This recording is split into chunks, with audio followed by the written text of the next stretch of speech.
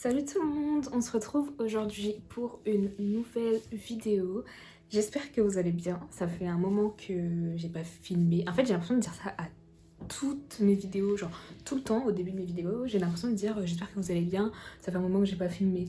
Alors que non, fin novembre j'ai filmé. Donc bon, ça va. Là, on est actuellement le 31 décembre. Et comme vous le savez tous, il y a le confinement.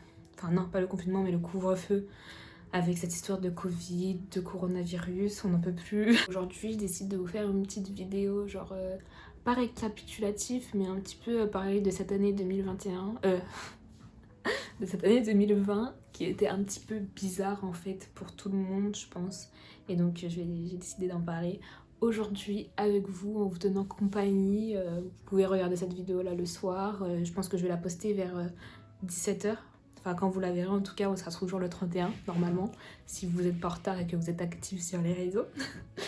Donc voilà, du coup, n'hésitez pas à me suivre d'ailleurs sur Instagram. Je vais mettre mon nom, mon nouveau pseudo Instagram juste ici pour que vous puissiez me suivre et du coup être informé quand je sors de nouvelles vidéos, quand je poste des photos, quand je donne des informations, etc. etc. Donc n'hésitez pas à me suivre. Là, j'ai fait un petit plan en 3 étapes. Je vais faire en sorte qu'elle soit courte quand même. C'est parti pour la suite de la vidéo.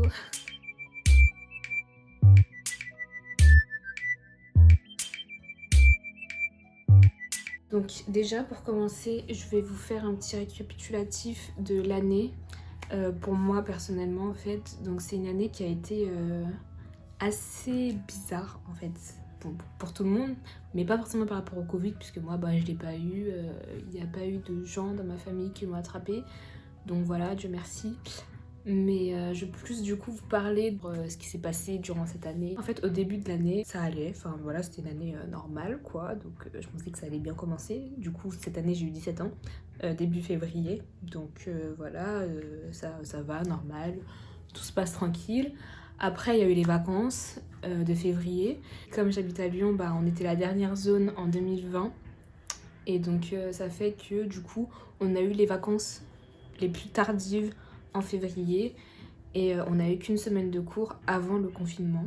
Donc ce qui a fait que du coup il n'y a pas eu de truc de ouf. J'ai passé mon oral de français, mon oral blanc. Malheureusement, il n'y a pas eu de vrai oral puisque au final, il y avait le Covid. En fait, tout ce qui est niveau école, etc., ça allait. Franchement, ça allait tranquillement, sachant que là, je suis en STL. Cette année, j'avais 2 matières de bac à passer, donc la biologie et le français. Donc, la biologie, c'était une spécialité. Bon, moi, personnellement, les cours à distance, ça m'allait hyper bien. J'étais bien, je travaillais correctement.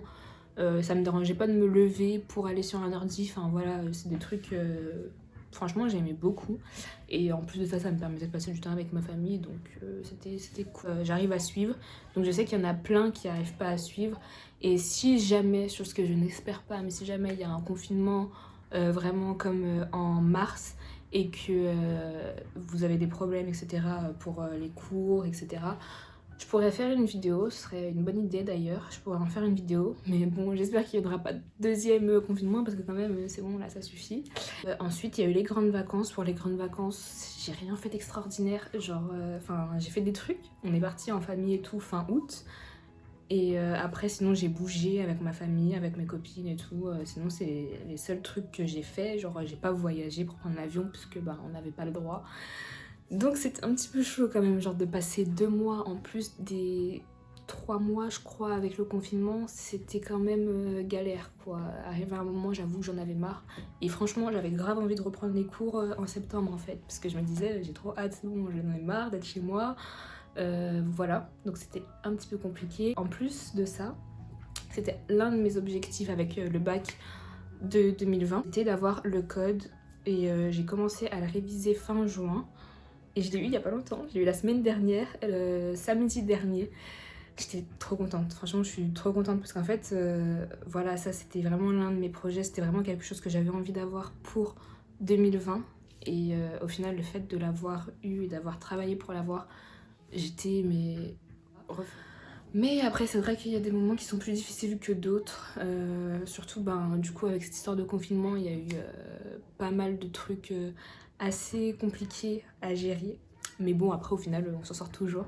Donc voilà, c'est l'une des leçons que j'ai retenues cette année. C'est que même si genre il y a des moments où ça va pas du tout, peut-être que c'est par rapport à rien. Je parle pas que pour moi forcément, mais pour vous, enfin dites-vous que même s'il y a des moments où ça va pas, ça va toujours remonter en fait. Genre vous pouvez pas rester dans le bas H24. Genre vraiment, il faut arrêter d'avoir des trucs comme ça. Et pour ça que là maintenant je vais passer à la partie les leçons que cette année m'aura donné, en fait, l'année 2020. J'ai retenu, je pense, 3 ou 4 leçons qui sont primordiales. Donc la première, et je pense que c'est quelque chose que les gens font sans s'en rendre compte, et pourtant, qui pose problème un petit peu. Enfin bref, vous comprendrez quand je vous dirai. En gros, cette leçon, en fait, c'est le fait de forcer pour avoir quelque chose. Genre que ce soit niveau sentimental, que ce soit niveau professionnel, que ce soit niveau familial, financier, ce que vous voulez en fait. Moi personnellement je sais que il y a des choses pour lesquelles en fait je forçais, genre je m'acharnais de ouf à donner des efforts, à donner de ma personne, de mon énergie pour faire en sorte que les choses aillent bien et au final en fait rien du tout. Genre les choses elles veulent pas aller bien, il y a rien qui veut changer, il y a rien qui fonctionne en fait. Donc à ce moment-là, en fait, ce que je veux vous faire comprendre, c'est que si vous savez que vous avez tout donné dans quelque chose, que vous vous y êtes mis à fond, que vous avez fait en sorte de réussir, d'arriver à un changement et qu'au final, que ce soit une personne, que ce soit un projet, que ce soit, je sais pas moi, n'importe quoi, qu'au final vous voyez que cette chose-là en fait ne fonctionne pas et que ça marche pas malgré les efforts que vous faites, laissez tomber en fait, laissez tomber. Je sais que c'est pas forcément bien vu de dire ça en vrai, mais il y a des choses pour lesquelles en fait il vaut mieux laisser tomber parce que quand vous vous rendez compte que vous avez tout donné, je dis pas genre quand vous êtes en mode ouais mais j'ai rien fait pour ça, nanani, nanana. Si vous savez que vous avez rien fait, continuez, mais à partir d'un moment où vous sentez que vous mettez plus mal que le projet, que les gens autour. Si vous savez que vous avez tout donné, vous n'avez pas à vous reprocher des choses. Donc c'est vraiment quelque chose que je veux vous faire comprendre à travers cette vidéo. C'est que si quelque chose doit venir à vous, ça viendra tout seul. Ça sert à rien de forcer les choses, de faire en sorte que... Des fois, il y a des choses qu'il faut faire bouger en fait. Faut pas rester là et puis dormir non plus. Il y a des choses qu'il faut faire bouger. Mais si par exemple, c'est une personne en face de vous qui veut rien faire, ça sert à rien. Genre voilà, faut pas forcer. Deuxième leçon que j'ai apprise durant cette année, c'est que si vous faites quelque chose, faites-le pour vous en fait. Vraiment, vraiment, faites-le pour vous. Si vous avez envie de, je sais pas moi, de manger un McDo, mangez-le en fait. Si vous avez les moyens, faites-le. Je vous donne ça parce que c'est le truc le plus banal qui m'est venu au cerveau, mais genre, il y a plus de choses, enfin... Il y a tellement de choses où les gens ils se disent ouais mais si je fais ça, ça va pas plaire à un tel, ou si je fais ça, ouais un tel sera vexé, ou si je fais ceci, cela... Vous en fichez en fait. Si vous faites quelque chose, faites-le pour vous en fait. Si ça vous fait du bien, faites-le. Après, réfléchissez quand même parce qu'il y a des conséquences aux choses que vous faites. Donc ça, c'est quelque chose à pas oublier. Mais si vous voulez faire quelque chose, que vous avez un projet par exemple, faites-le pour vous. Dites-vous, je peux y arriver, je peux le faire et je le fais. Donc voilà, c'est vraiment quelque chose qu'il faut que vous retenez. Parce que moi, par exemple, je sais que cette année, j'ai dû faire 5 vidéos. Ouais, j'en ai fait au maximum 6-7 en fait. J'en ai vraiment pas fait beaucoup. Et c'était quelque chose que je m'étais dit en 2019 que j'allais faire en 2020. Malheureusement, je n'en ai pas fait énormément. Après, je suis d'accord, il y a les cours, l'école. Et en plus de ça, cette année, je me suis encore rajouté quelque chose avec le code. Donc j'avoue que c'était pas évident. Mais si vous avez quelque chose en tête et que vous vous dites c'est vraiment ça que je veux faire, que je veux me focaliser sur ça, focalisez-vous sur un truc. Faites-le pour vous avant tout. Et les autres, ils passeront après, c'est pas grave. Même si on vous traite d'égoïste, de je ne sais quoi, faites les choses pour vous. Parce que au final, vous serez tout seul quand vous aurez des épreuves à surmonter, quand vous aurez des trucs à gérer. Si vous savez que c'est quelque chose de positif qui peut rapporter du bien, ne vous focalisez pas sur ce que pensent les gens. De toute façon, dans tous les cas, que vous faites du bien, que vous faites du mal, vous serez toujours critiqué. Donc au final, ça sert à quoi? Si vous voulez faire quelque chose, vous le faites pour vous, c'est tout. Et du coup, la troisième leçon que j'ai retenue cette année, c'est de faire en sorte de m'occuper en fait. Parce que moi, avant, il faut savoir que avant, même au début de l'année, maintenant un peu moins, mais surtout au début de l'année et les années antérieures, j'étais une personne très... déjà de base je suis casanière, genre j'aime pas sortir, je suis tout le temps chez moi et tout. Et maintenant, j'essaie de sortir un petit peu plus, j'essaie de faire un petit peu plus de choses. Genre aujourd'hui je vais me lever, je vais faire mon maquillage, je vais faire des photos, je vais filmer une vidéo. Ou sinon si j'ai envie d'être plus cool, je vais faire mes devoirs. Enfin plus cool, bon c'est un grand mot mais bon. Si par exemple j'ai envie d'être plus en mode reposé, tête reposée, ne pas me prendre la tête, je joue aux Sims, chose que j'adore faire, ou à la rigueur je regarde la télé, enfin voilà, genre maintenant en fait j'essaie de prendre vraiment beaucoup plus de temps pour moi. Et ça aussi c'est quelque chose que au final on se dit que ouais c'est égoïste de penser qu'à soi-même, mais en fait des fois il faut penser qu'à soi-même. Et la vérité c'est beaucoup mieux de penser qu'à soi-même que penser aux autres, et au final vous-même vous pensez pas à vous. Genre c'est triste en fait, c'est triste parce qu'au final t'es là et tu te dis ouais mais je pense à un tel, un tel, un tel, un tel, alors que déjà la personne elle pense même pas à vous, vous êtes dans le mal à cause d'une personne qui ne pense pas à vous, ou à cause de je ne sais quelle autre raison qui peut vous faire du mal. Donc franchement prenez du temps pour vous canaliser et réussir à être plus détendu, parce que la vérité il y a beaucoup de choses que pendant le confinement j'ai remarqué beaucoup de choses sur moi personnellement, que même moi en fait je me disais non mais c'est mort, je suis incapable. Genre par exemple je vous donne un exemple tout bête. Avant je faisais du sport, j'ai fait de la gym et j'ai fait de l'athlétisme en club du coup. Maintenant j'ai arrêté parce que bon avec les cours etc depuis la troisième ou la quatrième j'ai arrêté. En fait depuis le confinement j'ai un emploi du temps et franchement c'est quelque chose qui m'a beaucoup aidé, donc je conseille de faire ça. J'ai fait mon petit emploi du temps tranquille et tout. Depuis que j'ai eu mon emploi du temps scolaire, je m'arrange avec les horaires que j'ai, et à chaque fois je mets par exemple le lundi je vais faire mon gommage, je vais prendre soin de ma peau.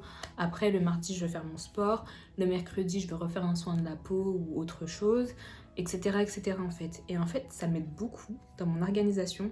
Et c'est vraiment quelque chose que j'apprécie beaucoup cette année en fait, parce que ça m'a appris beaucoup de choses. Genre je suis vraiment plus détendue et je suis plus perdue en mode speed à me dire il faut que je fasse ça là, il faut que je fasse ça là. Non, non en fait non. Maintenant j'ai un emploi du temps, c'est classé.